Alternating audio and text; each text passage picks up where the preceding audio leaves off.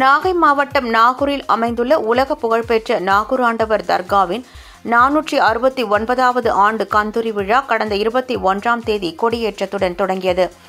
இவ்விழாவின் முக்கிய நிகழ்வான நாகூர் ஆண்டவருக்கு சந்தன பூசும் நிகழ்வு வரும் 1ஆம் தேதி காலை நடைபெறுகிறது. கந்தூரி விழாவிற்காக தமிழக அரசு சார்பில் வழங்கப்பட்ட 45 கிலோ எடையுள்ள சந்தன மரக்கட்டைகளை நாகூர் ஆண்டவர் சன்னதி பின்புறம் பாரம்பரிய முறைப்படி ஜவ்வாது கலந்த பன்னீரில் ஊற வைத்து அரைக்கும் பணி நடைபெற்று வருகிறது. வரும் 30ஆம் தேதி இரவு 8 மணிக்கு நாகை யாகுசைன் பள்ளி வாசலில் இருந்து சந்தனக்கூடு ஊர்வலம் புறப்பட்டு டிசம்பர் 1ஆம் தேதி அதிகாலை நாகூர் தர்காவை வந்தடையும். இதனைத் தொடர்ந்து சந்தனக்குடங்கள் தர்கா சன்னதிற்குள் கொண்டு செல்லப்பட்டு நாகூர் ஆண்டவருக்கு சந்தனம் பூசும் வைபவம் நடைபெறும்.